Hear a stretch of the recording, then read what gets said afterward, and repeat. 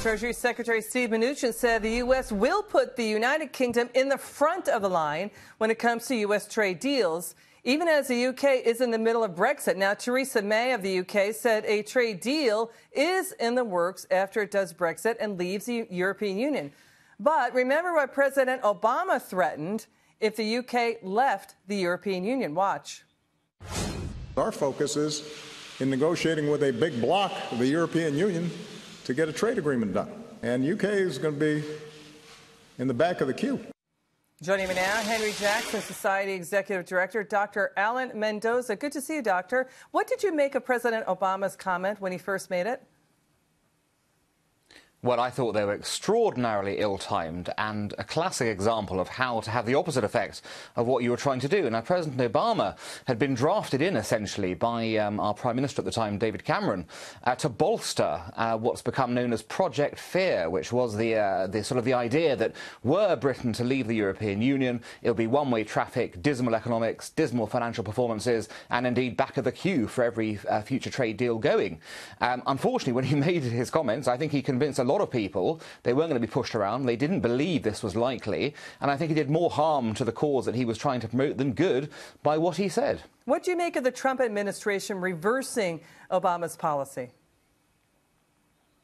Well, I think it's no surprise. I mean, I suspect that actually, as I said, President Obama was sort of put up to it, essentially. He was told, come and give me a hand in this campaign. He foolishly accepted. He did it. It went wrong. And I think actually it's always been in the US's interest to have good trade relations with Britain. We're major trading partners. We invest in each other heavily.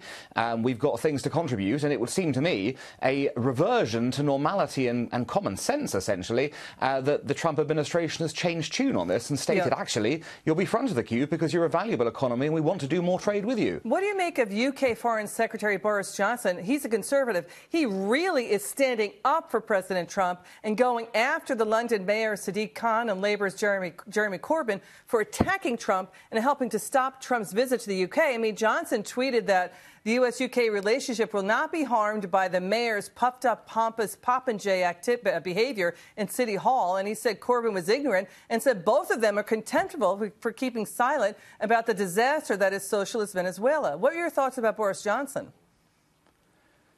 Well, Boris Johnson has a wonderful turn of phrase, and that's a good example of it. I mean, he really can nail a point in a style that only he can really pull off. But the point he was making was a serious one, essentially, which is that a lot of British politicians, for, I suppose, virtue-signalling purposes, to try and show what wonderful people they are, have been suggesting that President Trump is not welcome here in the UK, when, of course, we all know, those who take the relationship seriously, know that the relationship between the US president and Britain is a vital one, an important one. It's strategically important, it's economically important.